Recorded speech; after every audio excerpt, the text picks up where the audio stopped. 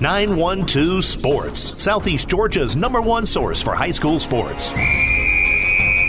Welcome to On Air with 912 Sports, a weekly look at high school sports in Southeast Georgia, featuring coaches, players, and journalists who know the ins and outs of prep athletics. Presented by the award-winning writers and broadcasters of 912 Sports, and sponsored by Coastal Pines Technical College, Robbie Robertson Ford in Waycross, Kim Smoke, licensed realtor with Crossway Realty, Summit Sports Medicine and Orthopedic Surgery, Prime South Bank, and Gibson Animal Clinic. Now, this week's headline. Week 4 is hours from kickoff, but first we look back at Week 3 with the Ross recap. Kevin Price gives us an in-depth look at Glenn Academy's first victory, and Robbie Ross revisits the Richmond Hill-Burt game. The on-air game of the week is a battle of top 10 teams. Number 10 in 4A, New Hampstead travels to take on number 8, Brunswick between the bricks. We'll hear from Phoenix head coach Kyle Hockman and the Pirates captain Sean Pender as they ready to do battle. Plus, Kevin and myself will preview all the Week 4 games. All this and more on tonight's On Air with 912 Sports. Thanks for watching. Play it loud and rev it up. Robbie Robertson's got trucks built for tough.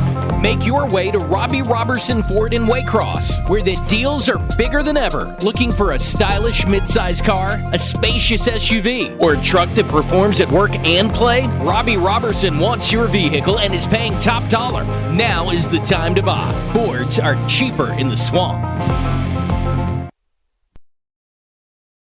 At Summit Sports Medicine and Orthopedic Surgery, you don't have to be an athlete to get the region's best orthopedic care. Our board-certified orthopedic surgeons and physicians treat injuries and conditions that affect just about any joint or bone in your body. Plus, we're backed by the support of Southeast Georgia Health System. From fracture repair to joint replacement, Summit Sports Medicine and Orthopedic Surgery will get you moving again. Call 1-855-ASK-SGHS. That's 1-855-275-7447 or visit sghs.org/summit.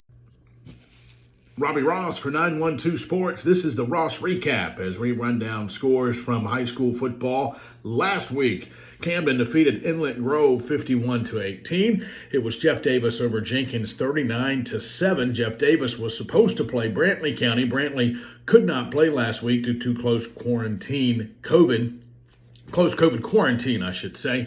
It was Charlton County ruining the two-game winning streak or potential two-game winning streak for Long County, 40-0. Burt County defeated Richmond Hill 27-26. Richmond Hill missed the opening extra point on their first touchdown and was chasing that point the rest of the night. It was Burt County's season opening game at that beautiful facility in Waynesboro. Calvary all over Frederica 40-14. It was Coffee County over Houston County 34-10. Beaufort defeated Benedictine 33-23. Beaufort is 3-0 over Georgia teams early on this season. It was ECI 17, Vidalia 14. Glen Academy defeated the Winder Bulldog Double G Bulldogs 35-14. It was New Hampstead 51-0 winners over Savannah. New Hampstead 3-0 heading into their big game with Brunswick this week. Swainsboro beat Statesboro 15-10. It was Appling County over South Effingham 41-10. Ware County moved to 3-0. They beat Baldwin 41-20, and Pierce County defeated Claxton 38-0. That's the Ross Recap on 912 Sports. High schoolers, did you know that you can get a head start on your college career and save money at the same time through dual enrollment at Coastal Pines Technical College? Dual enrollment is open to high school juniors and seniors, tuition free. Talk to your high school counselor or visit coastalpines.edu for more information. Coastal Pines Technical College, an equal opportunity institution. Go Coastal.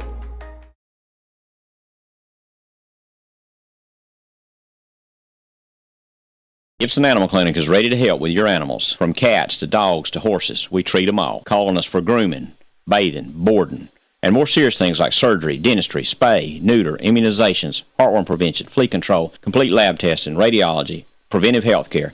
Call us at 285-7678. Open Saturdays for your convenience. Gibson Animal Clinic. Practical solutions with reasonable fees. Russell J. Gibson, DVM. Gibson Animal Clinic, 108 Riverside Drive, across from Harvey's in Waycross. Hablamos español en nuestra clínica. Hello everybody, Kevin Price reporting for On Air with 912 Sports. This past Friday I was out at Glenn County Stadium for Glenn Academy's game against Winder Barrow. The Red Terrors won the ball game 35-14.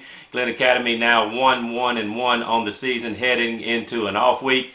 Some highlights for Glenn Academy. Number one was the passing game. The passing game that Glenn has worked on all summer in this new offense did not look so good last week against Camden County, but looked a whole lot better this week against Winder Barrow. Granted, Winder Barrow's defense really not all that strong, particularly in the secondary. Glenn thought it had some matchups, athlete on athlete, that it could take advantage of, and they certainly did. But with plenty of time to throw the ball, with the protection being a whole lot better, Tyler Devlin threw the ball really well, threw it on point, hit receivers in stride, and had a big night throwing the football. 15 of 20 overall on the night, 235 passing yards, and 3 touchdowns.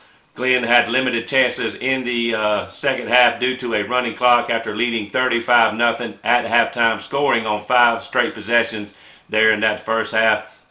David Prince caught a touchdown ball on a nice double pass, actually, from Jackson Wakeland, who threw the touchdown pass. He got the ball from Devlin and then threw the pass to David Prince in the back of the end zone.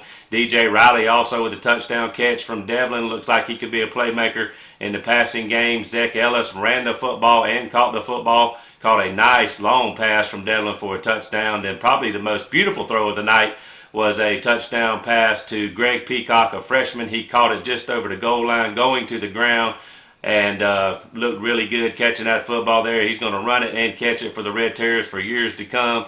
And Mike Brinson, our photographer for Golden Isles, or for 912 Sports, and also Glenn County Athletics, has some great pictures of that catch. You can see one attached with my story. You can also probably see the sequence shots on his Facebook page, so check that out. But a good night for Glenn throwing the football against Winder Barrow. The Glenn defense did its job as well against a Winder Barrow offense that really looked good in uniform, but maybe didn't have a whole lot of firepower, or not the firepower that you thought they would have. But Glenn did a nice job of balling up their big running back. He kind of looked like Mike Allstott out there for the old Tampa Bay Bucks. The Thompson kid, though, did score both of their touchdowns on short runs. Winder Barrow scored a touchdown late in the third quarter to make it 35-7. Then after Peacock made a nice kick return out to around midfield, he just happened to lose the ball going to the ground, being tackled in a crowd.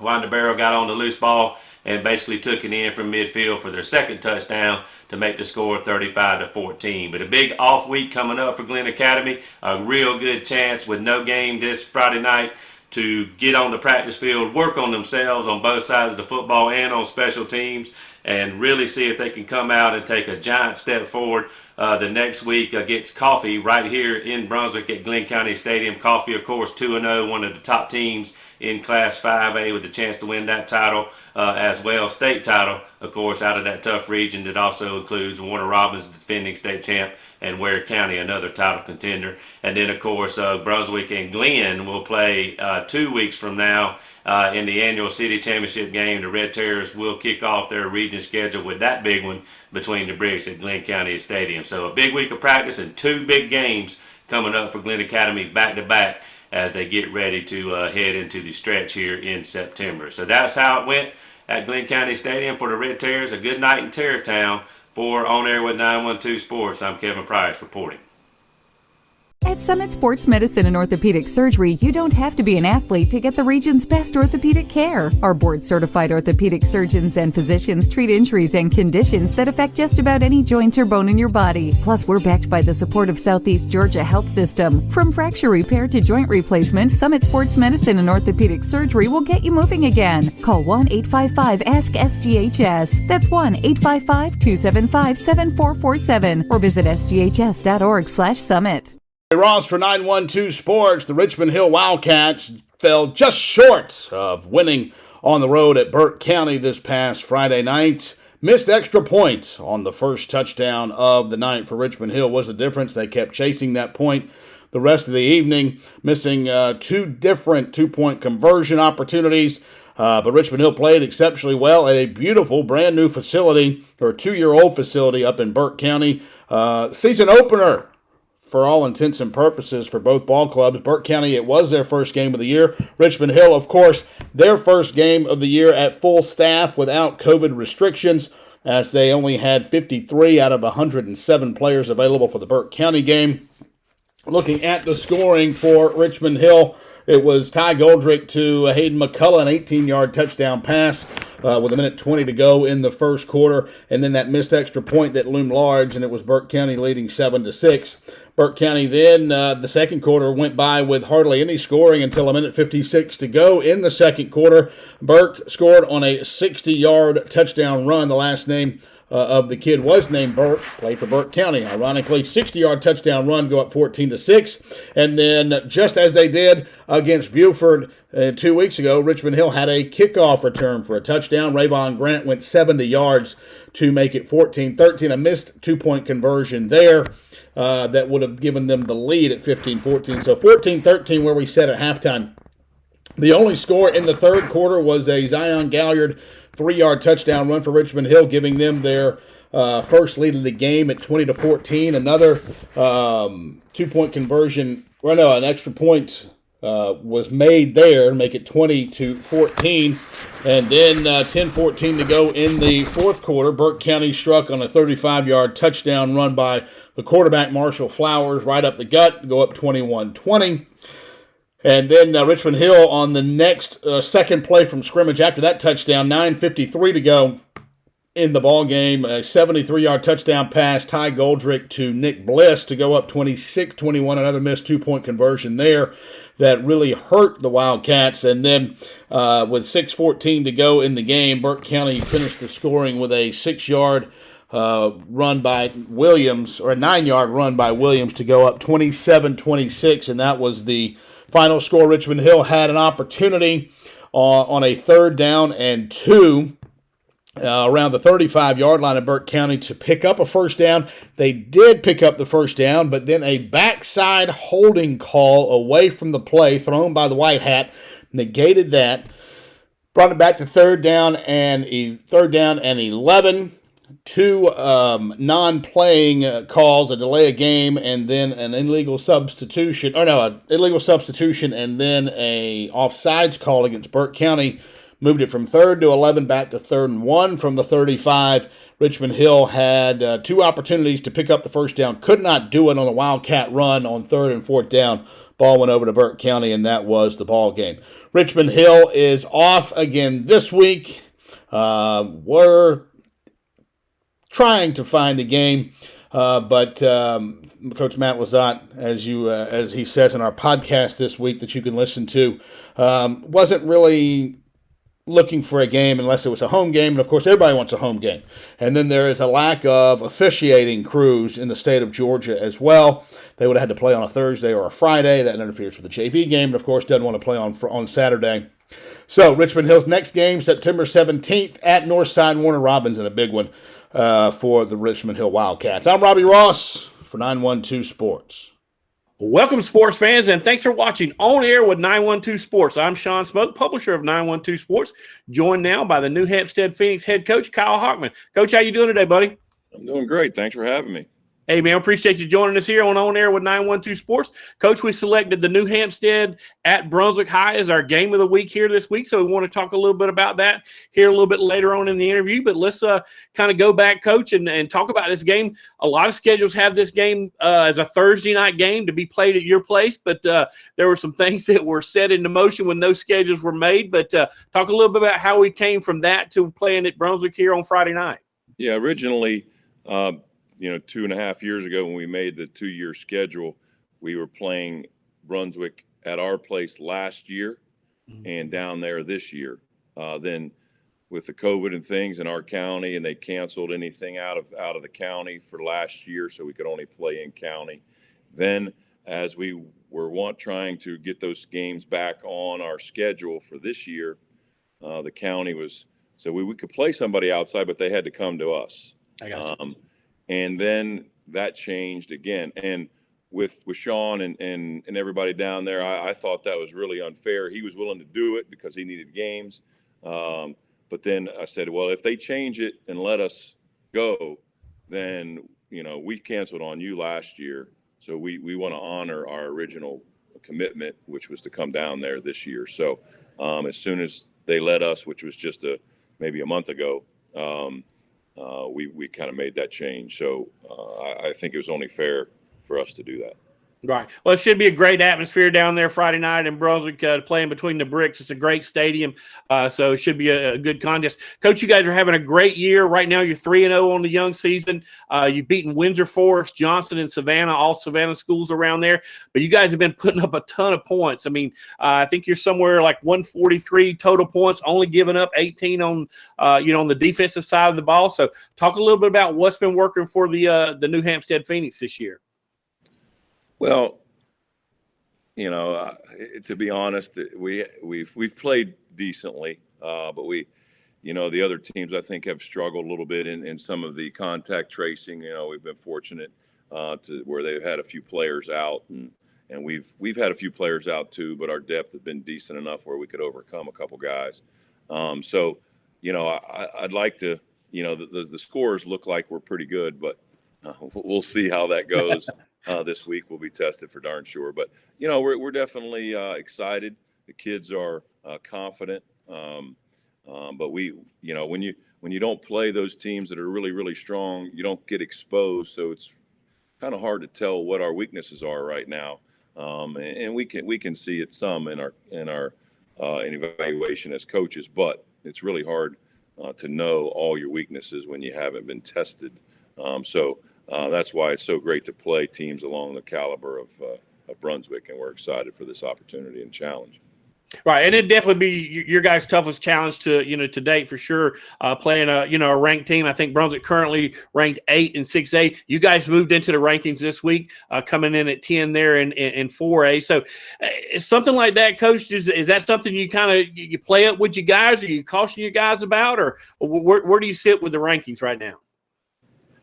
That's the first I heard of it, so that probably tells you about it. Like I said, we got a lot of work to do, and our kids, again, they're fired up. They're really excited for the challenge, but we aren't in that.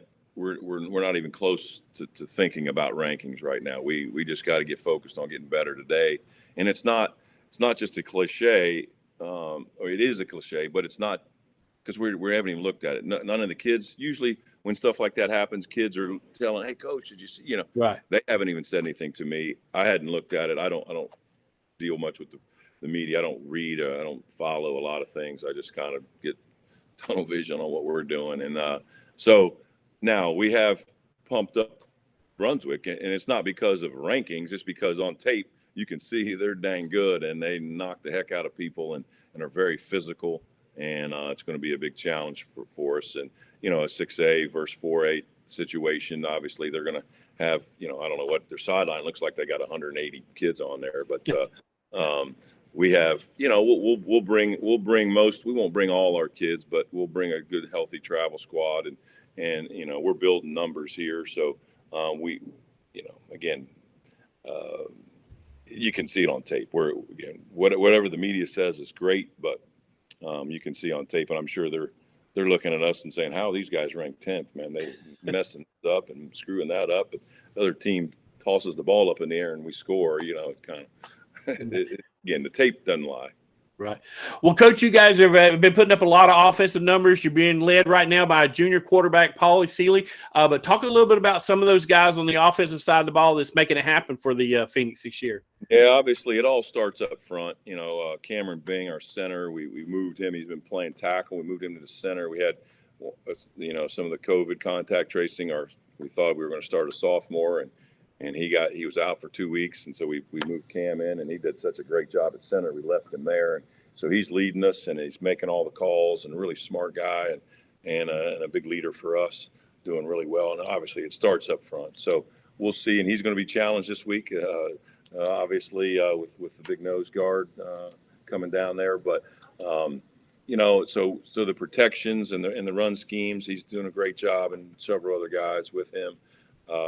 Giving Paulie some time, and Paulie's a special kid. He's a smart football player, loves the game, and really studies hard, and then he's got some talented receivers that were inexperienced, but we thought all along that they can run and catch.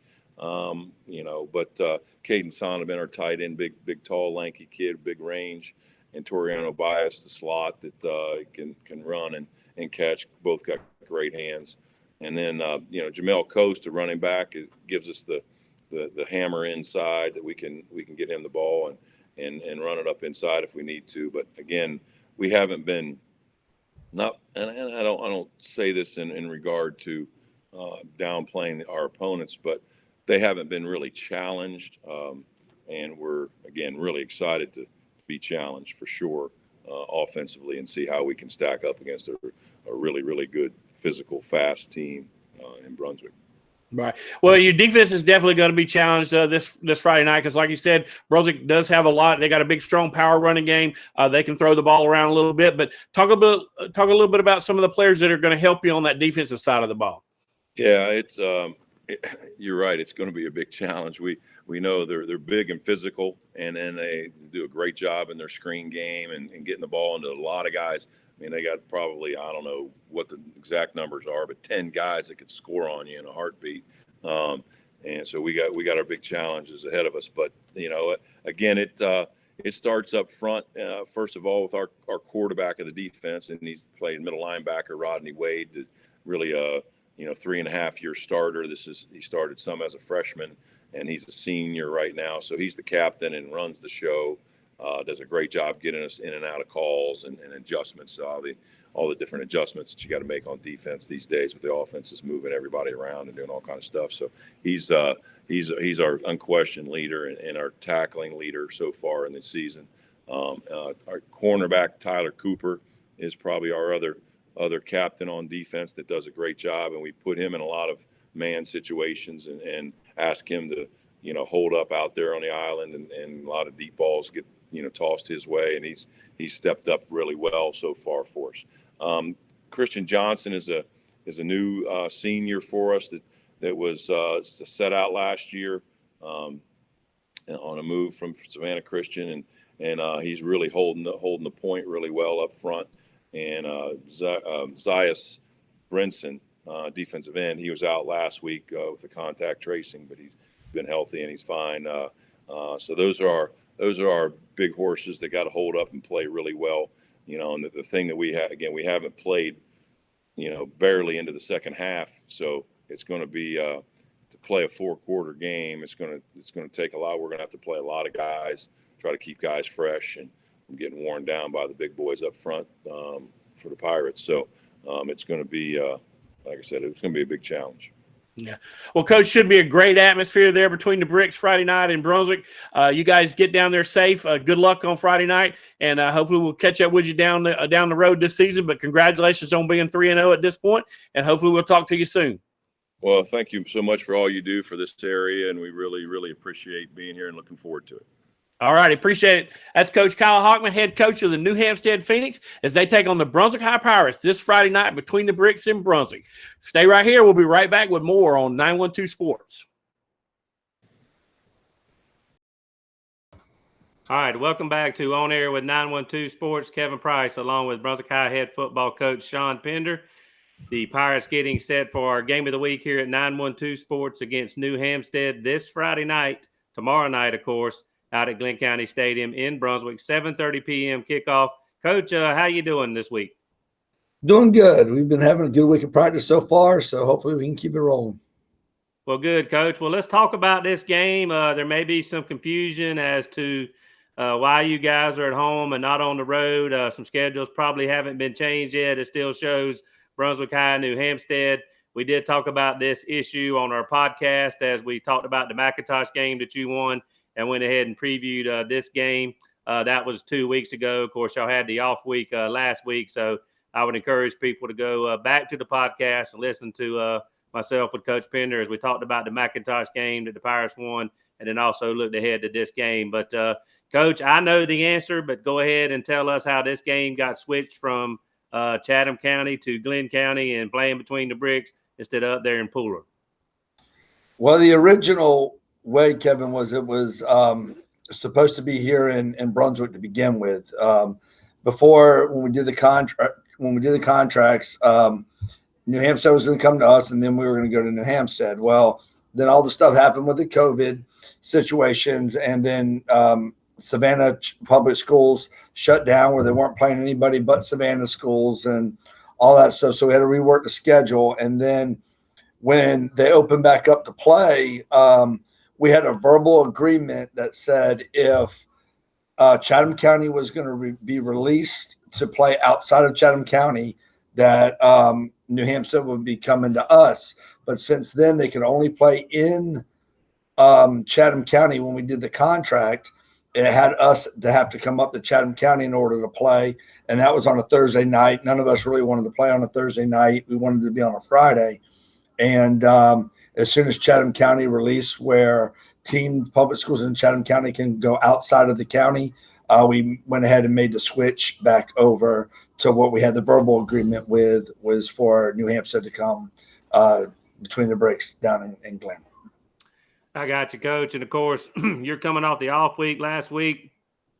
Had already played 2 games. Of course, had the opener against Pierce that you won here at Glenn County Stadium in week number 1. That was actually our game of the week that week, a rematch with the Class AAA champs that defeated you the year before over in Blackshear.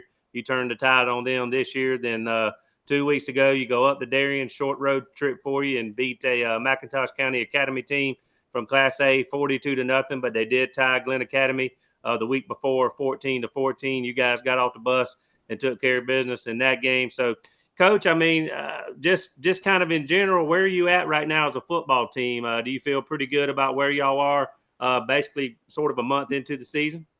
Well, you can always afford to get better, Kevin. I do feel good about our team. The focus of our guys it's pretty good. We're improving every day, so I feel good about that. It's and we're getting locked in. We're taking 1 week at a time. Right now, we're trying to change our culture. You know, we keep talking about changing our culture from a winning program to a championship program, and we have a lot of buy-in with that. And our kids are working at. We're trying to be champions during the week, being champions at practice, and so far it's going pretty well. So, yeah, Kevin, I feel pretty good about where we are right now as a team. We still have a long way to go to be able to reach our goal, but we're taking steps forward. We're not taking steps backwards. And this week against New Hampstead, I think we're going to have another really good test. We're going against a team, if I'm not mistaken, they scored 143 points in 3 contests. So that's pretty good amount of points they've scored, and they've only given up 18. So we definitely got a challenge in front of us. We look forward to the challenge, and we'll see where we are. Coach, I want to talk to you a little more in depth about New Hampstead here in a moment, but an off week for you last week. We talked on the podcast about how it was not going to be a light week. It was going to be a hard physical week for the Pirates.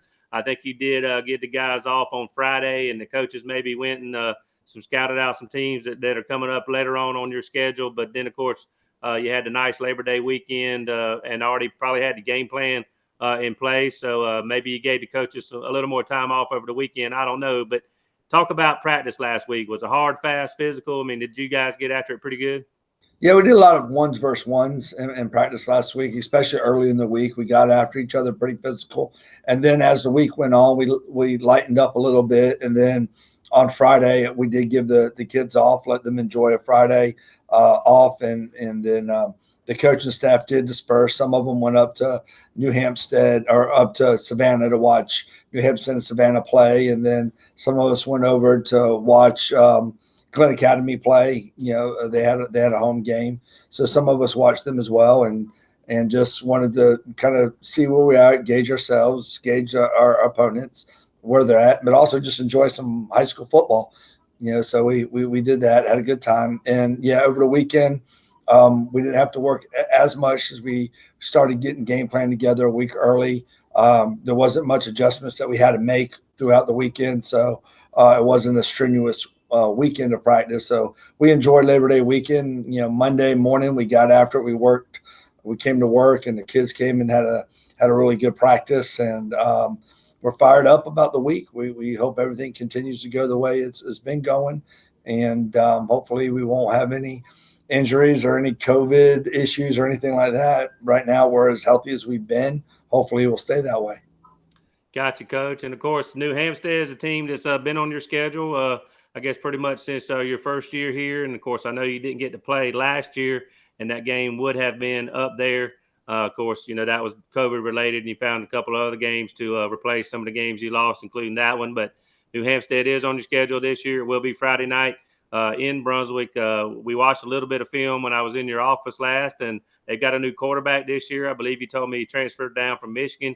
You showed me him throwing the ball around a little bit, and looks pretty poised back there in the pocket and has a good arm when he has time. But just talk about what you're going to be facing from a New Hampstead team, offensively and defensively, as you get ready to go into this game Friday night. Well, offensively, they're a high-powered team. They like to throw the football.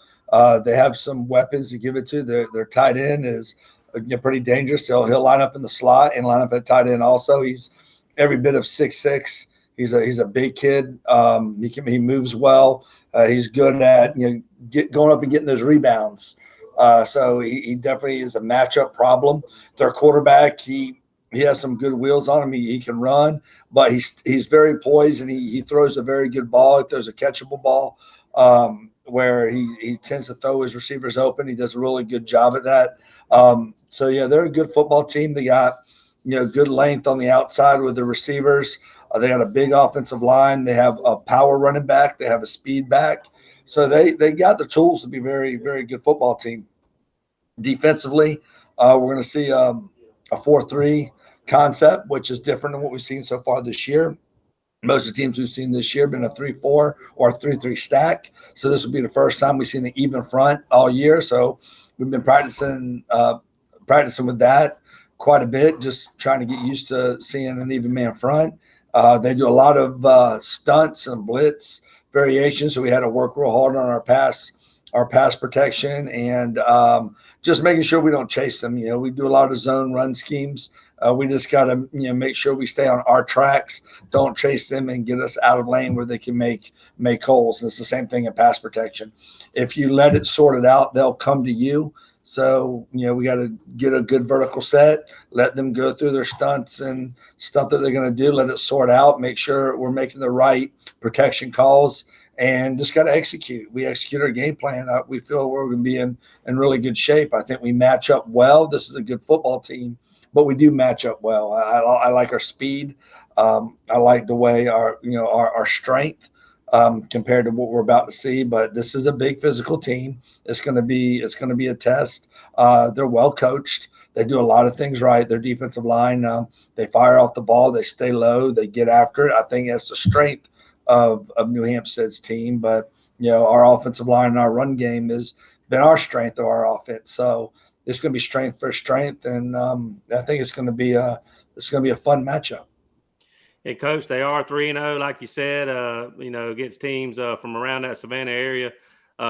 People can look up who they played. They're not necessarily powerhouses, but they did go out and take care of business. They moved into the rankings at number 10 in Class 4A. Of course, you moved into the rankings a couple of weeks ago. I think you're up to number 8 now. Of course, you're 2-0, so this is a matchup of ranked teams. I don't know exactly what you're going to do to kind of get your guys fired up, but is that something you're going to play up, a matchup of ranked teams, or do you think your guys should just be excited? They hadn't played in 2 weeks, so I would think they're ready to go. Yeah, they should just be excited with the mindset we're trying to set forth. We want to have that mindset of going undefeated, and we want to have that mindset of being a champion. And to do that, you have to take every single game one at a time, as that's the only game you play. Like, you have no other team on your schedule. And we play this one step at a time. This is a championship game for us. So we got to look at it, and we got to take the field with that approach. It's not going to be hard getting our kids fired up for this one. I mean, if you go back and look at the history of our program, playing the last 2 times we played, we had to come back in 2018. We were down 2 scores in the fourth quarter, and we came back and won it on the last drive of the game. In 2019, we were down 2 scores at halftime, and we took the lead early in the fourth quarter and were able to advance the lead later on in the fourth. But it was a very close game both times. So I don't see anything different this time. I think they have a very good football team. I think we have a very good football team. And, it's going to come down to who executes the game plan the best. I think they're going to have a good game plan. I know we're going to have a good game plan. And I know their team's going to be ready to play. Our team's going to be ready to play. And it's going to be a good night to be between the bricks. It's going to be a great night to come watch some good high school football. And I think you're going to see two talented teams getting after each other pretty good. And, hopefully at the end of it, we'll be victorious. Well, Coach, we certainly appreciate your time. We'll let you get back to watching film and preparing for today's practice. But again, appreciate your time. Good luck Friday night. Congratulations on the great start so far. And we'll see you out between the bricks Friday night for the game of the week. Oh, absolutely. Thanks for having me on, Kevin. And as always, go Pirates. It makes sense Prime South Bank would have a great mobile app. Nobody is as mobile as our customers. For a century, they've chased dreams, followed their hearts, took the road less taken, made a new path, taken leaps of faith. At Prime South, offering the latest digital banking, secure pay apps, and new online lending is part of a mobile tradition that goes way back. Life is mobile. So is Prime South. Find your Prime. Member FDIC. Welcome, sports fans, and thanks for watching On Air with 912 Sports. I'm Sean Spoke, publisher of 912 Sports, joined as always by podcast host and writer Kevin Price. Kevin, how you doing today, buddy? I'm doing good, Sean. Good to be here again talking high school football. Yeah, man, it's good to be able to get back in front of a camera and actually do a little bit of work here. I kind of been out of pocket. Appreciate you and Robbie and everybody covering for me for the last couple of weeks, but hopefully we're going to be chugging right along here through the rest of the season. But we're just going to take a preview of this week's games coming up this Friday night. Be the I guess the 10th is when all these games are going to be played. But already talked to both coaches, Kevin, about the game of the week. New Hampstead, Brunswick. It's going to be a top 10 matchup there in 4A versus a top 10 matchup there in 6A. New Hampstead scored a lot of points, hadn't given up a lot. Brunswick's done the same. Going to be a good game there between the bricks Friday night. Yeah, neither one of these teams ranked to start the season, but Brunswick off to that 2-0 start, so they got people's attention pretty early, moved into the 6A poll, and then, like you said, New Hampstead off to a 3-0 start, beating teams from around the Chatham County area. I think they played Johnson, Windsor Forest, and the Islands, if I'm correct about that, and have beaten them all pretty handily with a pretty good offensive football team. So we'll see how they do against a really good Brunswick High defense, and this ought to be an interesting matchup between the bricks.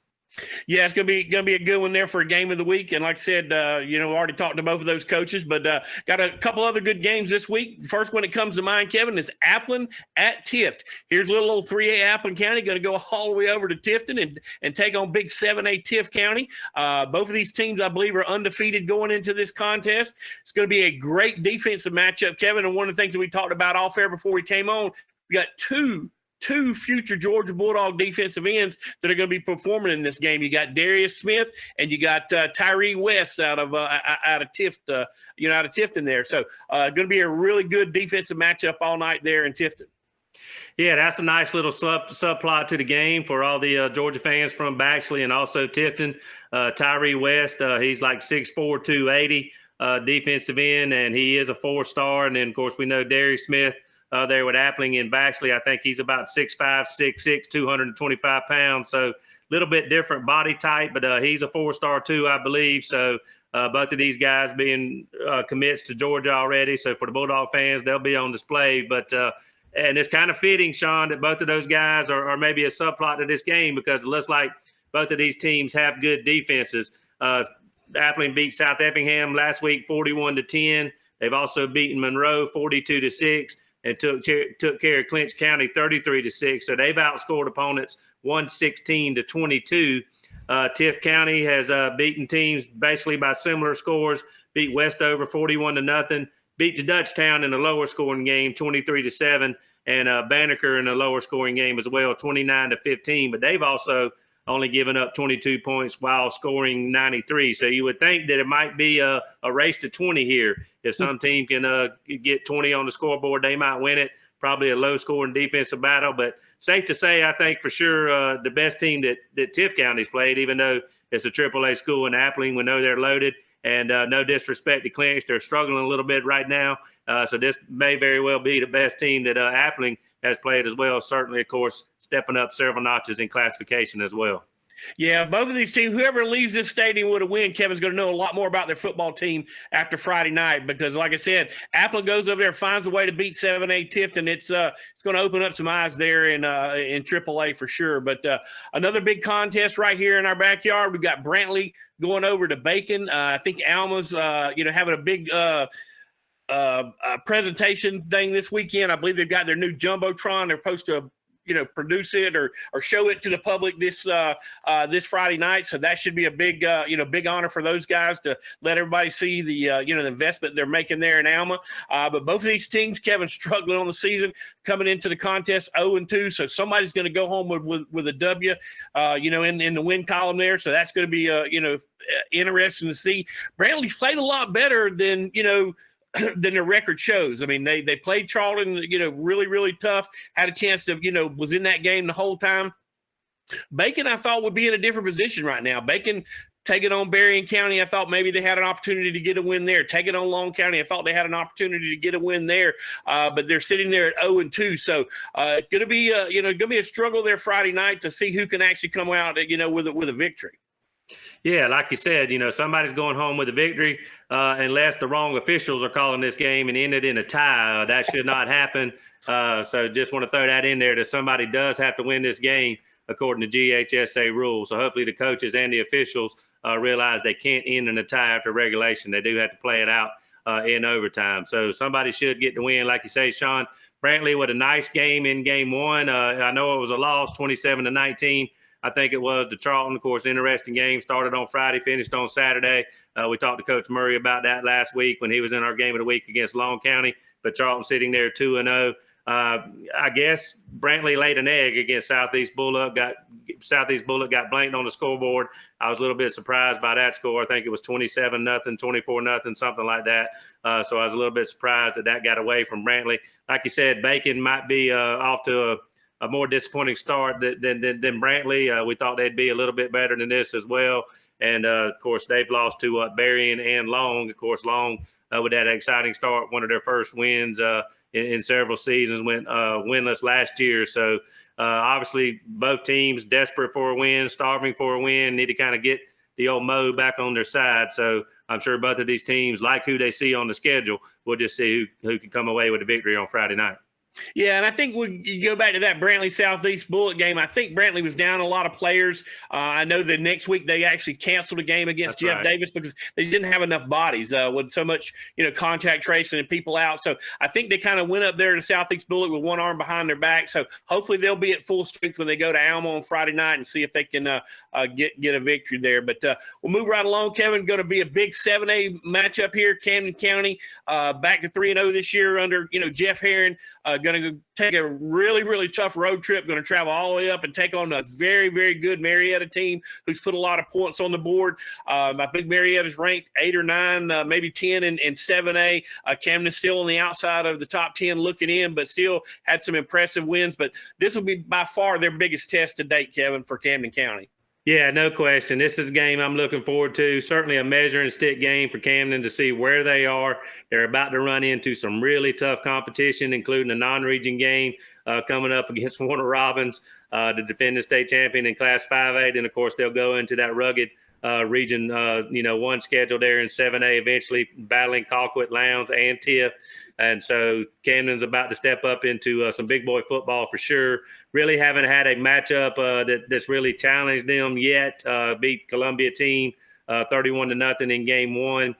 Glen Academy fell behind to them, I think 24-0 after 3 quarters, made it an interesting game in the 4th quarter, but still Camden was in charge of that game the whole way, and they blew out Inlet Grove last week out of Florida. Interesting how they played them. You'll have to listen to the Camden podcast to figure out how that all went down, but definitely a big game for Camden. I would love to see them go on the road and do it. I'm not sure that they can.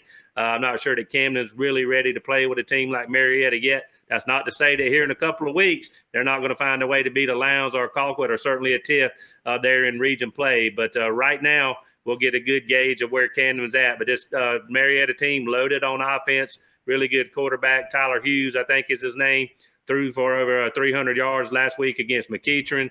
They can run the ball. They can throw the ball. The thing about the quarterback from Marietta, he is also a threat running the football. So you got to defend the whole field against him. I think the thing that Camden's going to try to do is keep that wing T offense on the field against Marietta's defense, try to shorten this game up, keep their offense watching the game on the sidelines. We'll see if Camden can pull that off. But certainly a big measuring stick, big road game for Camden County. Camden's 3-0.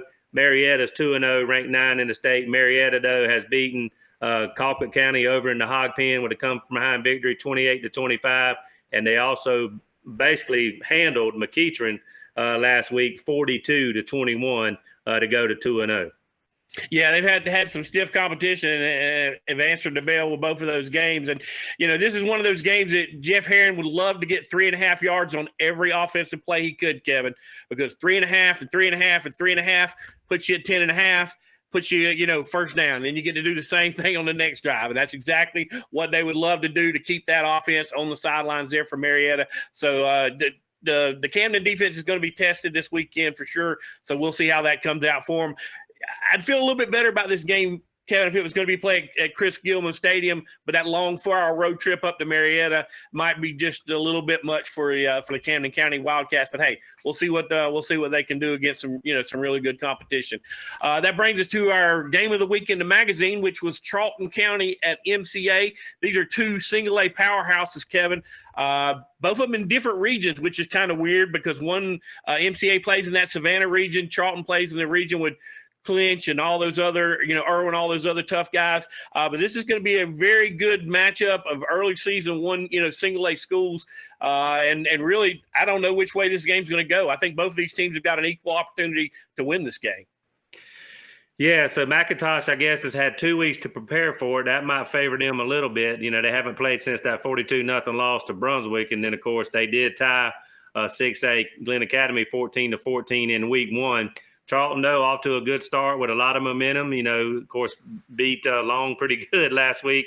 Not surprised that they won, but they ran away with it from the beginning. And, of course, had that win over Brantley, the Friday night start to Saturday morning finish there in week 1. So they've got some momentum going.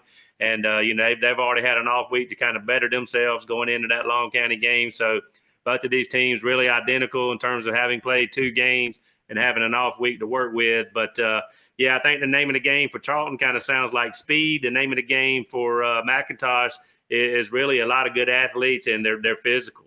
They got a lot of guys that can run the football. A lot of those guys also are going to play on defense, and that's where they're going to kind of make their hay with those guys. Some of the bigger, better players are going to specialize on defense, but they also do carry the ball. So this is going to be a knockdown, drag-out fight. I think a really good single-A matchup. If I weren't going to the game at Glen County Stadium, this would certainly be one that I would have my attention on, possibly thinking about going to here in the 912 area code. Yeah, it's gonna be a good game, and like I said, going to see which one of these defenses can stand up to that speed game of Charlton's and that power running game of MCA. So it's going to be a good one there. But we'll just run through the rest of the games, Kevin.